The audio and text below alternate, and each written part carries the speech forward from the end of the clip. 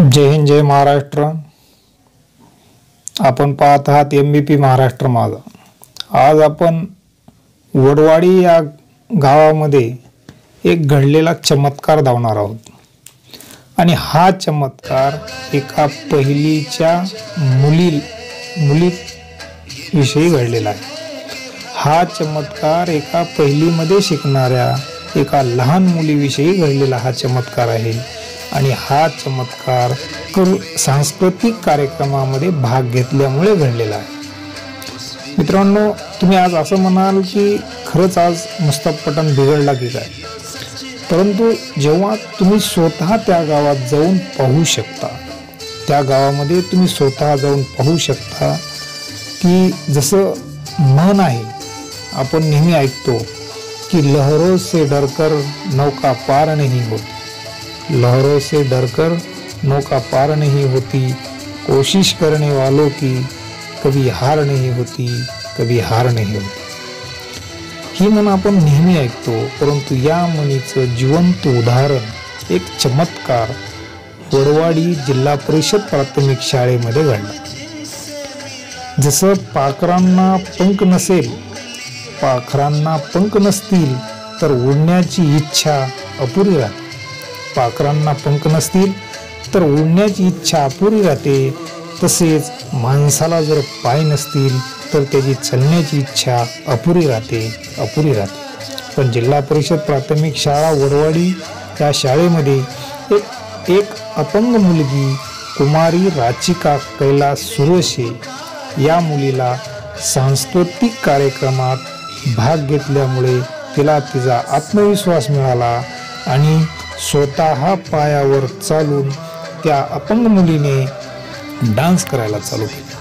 तिने स्वतः डान्स केला आणि हा डान्स पाहण्यासाठी की खरंच ही मुलगी तर वाकरवर चालत होती, ही मुलगी अपंग आहे आणि ती डान्स करणार, ह्याचं कौतुक असं लोकांना लागून गेलं की या शाळेमध्ये रोळसगाव केंद्रातील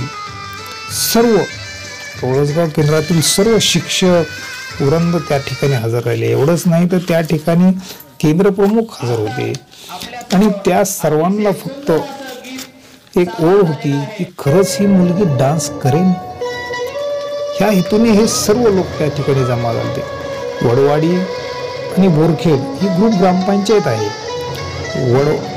बोरखेड, वडवाडी, आजूबाजूच्या गावातील लोक त्या ठिकाणी जमा झाले ते पाहण्यासाठी खरंच ही मुलगी डान्स करते का.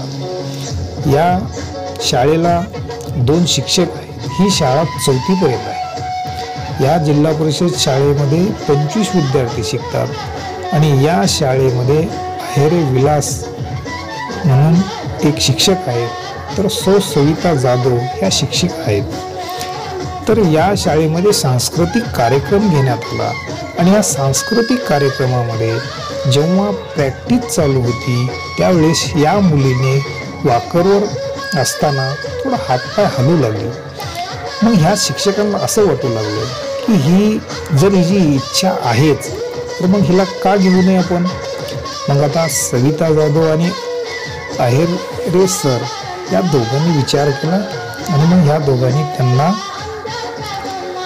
त्या मुलीला डान्स करण्यास प्रेरित केलं.